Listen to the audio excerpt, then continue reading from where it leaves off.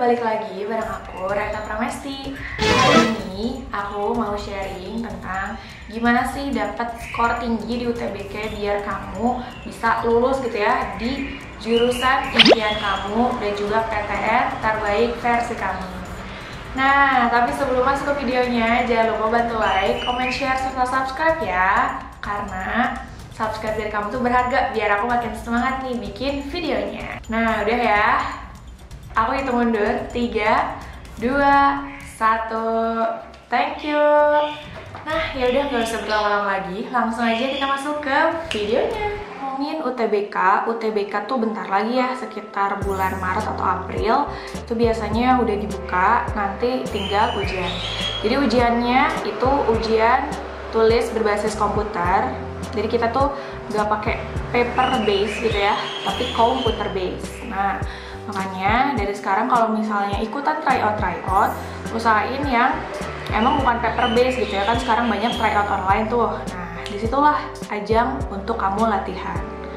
Jadi kalau misalnya kamu beli buku gitu ya, itu it's okay, nggak apa-apa buat latihan diri kamu pribadi. Tapi perlu juga nanti buat ikut tryout online yang memang computer base. Nah, karena UTBK bentar lagi ya, perlu ada persiapan matang. Persiapan matangnya tentunya entah itu kamu beli buku, entah itu beli platform gitu ya. Maksudnya pakai platform-platform yang sekarang tersebar, Ruang Guru, Zenius, Pahamify, Calllearn, dan semuanya. Nah, tapi di samping itu juga kamu harus punya harapan tinggi gitu ya. Harus punya mimpi juga. Pengen masuk mana sih? Biar UTBK-nya itu ada target atau tujuan. Karena kalau misalnya tanpa tujuan tuh, ibaratnya itu kita tuh berjalan tapi tanpa arah, ya nggak sih? Nah, makanya itu penting banget ya. Dan perlu dipahami juga bahwa UTBK itu bukan sekedar menghafal soal, tapi kita memahami bagaimana sih cara berpikir dalam mengerjakan soal. Karena nanti waktu itu akan terbatas dengan soal yang banyak sekali. Nah, makanya kalau misalnya nggak punya strategi dalam hal waktu, itu akan sulit juga. Oke? Nah, di sini aku mau sharing tentang 5 tips bagaimana sih biar mendapatkan skor UTBK yang tinggi.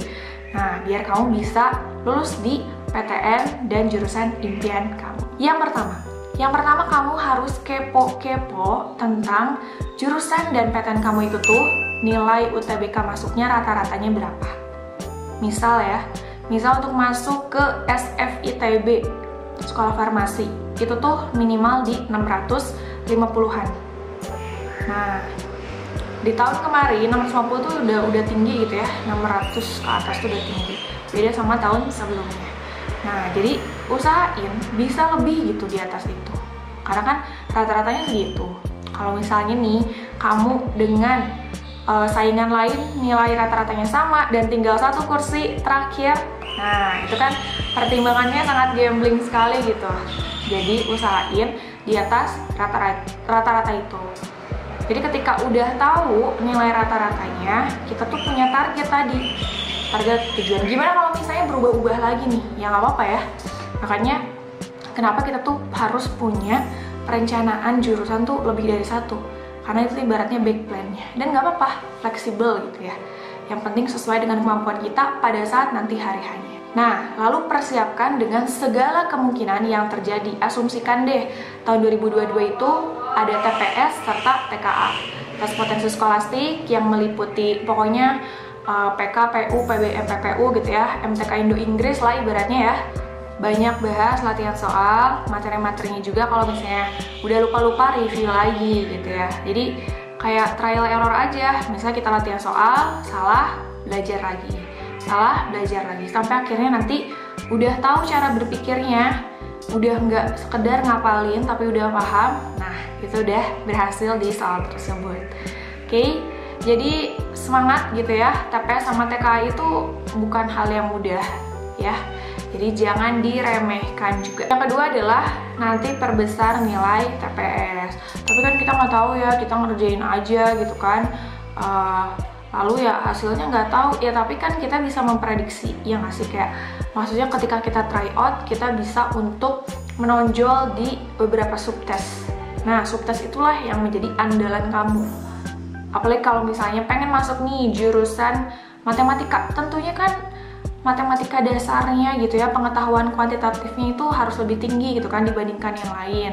Matematikanya juga di TKA-nya usahain lebih tinggi. Biar apa? Biar nanti peluangnya itu bisa lebih besar, karena UTBK itu sistemnya nanti penilaiannya pembobotan juga gitu ya. Nanti kita tunggu aja info-info resminya dari Altempet. Yang ketiga, kelompok belajar. Kelompok belajar tuh bantu banget sih ya, apalagi kalau misalnya orangnya itu emang gak bisa buat individual gitu ya belajarnya, jadi butuh bantuan orang lain. Karena kan kita tuh hidup nih ya, kita hidup tuh yang gak bisa menguasai segalanya gak sih? Jadi memang perlu bantuan orang lain. Atau misalnya punya coach, guru bener-bener yang bisa buat ditanya-tanya nih terkait dengan soal yang kita sulit. Jadi kita tuh nggak kebingungan lagi ya. Atau bisa jadi kalau misalnya kamu orangnya mau nge-explore, misalnya searching atau mencoba-coba, itu bisa aja sih dapet ya. Tapi kayaknya nggak banyak juga orang seperti itu.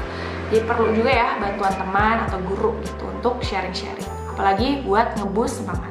Yang keempat, nah karena sekarang tuh udah November ya, November, Desember, Januari, Februari, Maret, wah sekitar 4-5 bulan lagi gitu ya menuju UTBK. Jangan lupa buat tryout ya. Aku sih saranin ya tryoutnya tuh setiap bulan. Kenapa? Karena ketika setiap bulan kita tuh kan ibaratnya udah belajar ya. Misal udah nyicil gitu seminggu ini tuh mau memahami materi TPS, terus minggu ke depan TKA, TPS, TKA. Nah itu tuh bisa dievaluasi lewat tryout. Nah tryout itu kan soal-soalnya carilah gitu ya platform yang sudah teruji gitu. Teruji memang sudah mengeluarkan soal-soal tryout yang valid, soal-soal tryout yang memang tidaknya tuh deket gitu ya tipe-tipe soalnya dengan UTBK. Jadi biar bisa nanti mengukur gitu ya kemampuan kita sebenarnya sebagai prediksi UTBK itu berapa. Dan yang terakhir, tadi aku udah sempat state, jangan remehkan apapun. TPS, TKA itu bener-bener sama-sama sulit. Tapi bukan berarti itu buat jadi close minded kamu. Oh iya, udahlah sulit, udah gak akan bisa. Nah, bukan kayak gitu. Tapi buat jadi positive mindset. Kalau sulit, gue belajar. Kalau belajar, gue pasti bisa. Kalau pasti bisa, gue pasti masuk ke jurusan impian gue, gitu. Dan jangan lupa buat berdoa, berusaha ya. Minta doa restu orang tua juga itu penting banget. Asli itu kayak faktor-faktor X yang di luar kemampuan kita, di luar ranah kita, itu tuh membantu kita gitu buat sukses.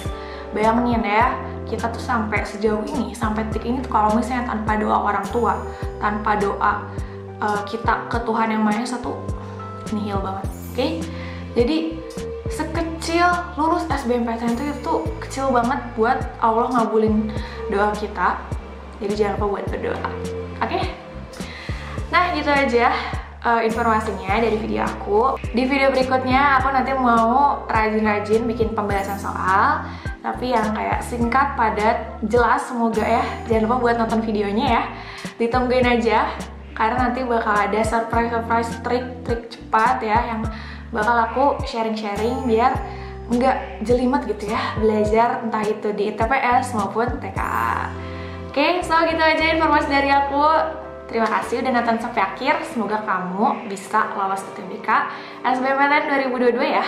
Karena tunggu kabar baiknya. Thank you and bye.